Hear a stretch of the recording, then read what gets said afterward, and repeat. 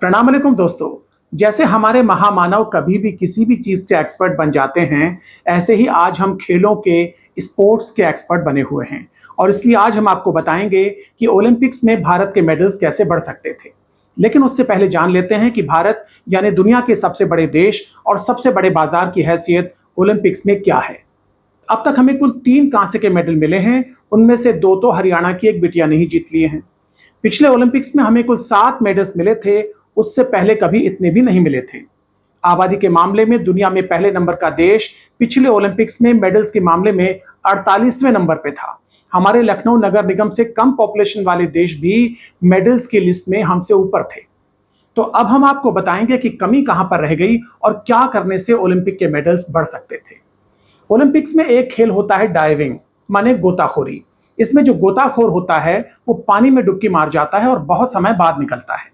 इस खेल में भारत से अमित शाह जी को और डोभाल साहब को भेजना चाहिए था। दोनों महीनों दिखते ही नहीं है, न टीवी पे न कहीं और। अंदर अंदर काम करते हैं और जब बाहर निकलते हैं तो एक जोर का धमाका होता है। नहीं, धमाका मतलब वैसा धमाका नहीं, धमाका मतलब बड़ी न्यूज। तो इस खेल में कुछ मेडल्स आ सकते थे। वेट लिफ्टिंग में भेजना चाहिए था राहुल गांधी जी को। भाई, एक आदमी ने पूरी कांग्रेस का वजन उठा रखा है, 200-400 किलो का वेट नहीं उठा पाते। शतरंज में भेजना चाहिए था शरद पवार साहब को।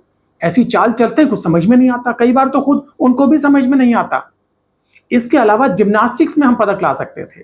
इस खेल में बड़ी फ्लेक्सिबिलिटी चाहिए और हमारे पास एक खिलाड़ी था जिसमें लचीलापन बहुत ज्यादा है। ये कभी भी कहीं भी पलटी मार सकता है, लेकिन नहीं भेजा। भागने और कूदने के खेलों में हम अपने जयंत चौधरी जी को भेज सकते थे, नहीं भेजा। इसके बाद एक ऐसा खिलाड़ी था जो अकेला ही काफी था। एथलेटिक्स में फेंकने की जितनी भी प्रतियोगिताएं होती हैं, भाला फेंक, गोला फेंक, चक्का फेंक, उस खिलाड़ी का नाम आप जानते ही हैं। अच्छा, एक काम और हो सकता था, और यह काम विश्व गुरु होने के नाते हमारे साहेब आसानी से कर सकते थे। विश्व गुरु माने आप जो भी विश करें, मतलब इच्छा करें, वो मिल जाए। आप वो जहर वाला विश तो नहीं समझ रहे थे। हाँ, तो विश्व गुरु को देशों के बीच वॉर रुकवाने के बजाय ओलंपिक्स में ऐसे खेलों को जुड़वाने पर जोर देना चाहिए था जिनमें हम पक्का मेडल जीत के लाते। जैसे ट्रोल करने की प्रतियोगिता, उसमें अकेले हिमाचल प्रदेश से ही 2 सांसद, मतलब 2 खिलाड़ी भेजे जा सकते थे और दोनों पक्का मेडल लेके आते।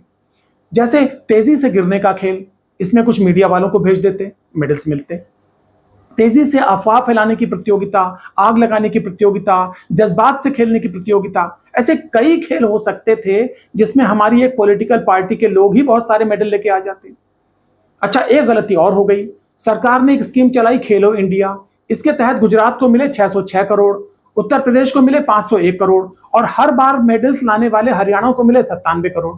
मतलब जितने ज्यादा पैसे उतने कम मेडल्स। तो इस हिसाब से हरियाणा को और कम पैसे देते हैं, ना देते तो हरियाणा वाले और मेडल्स लेके आते हैं।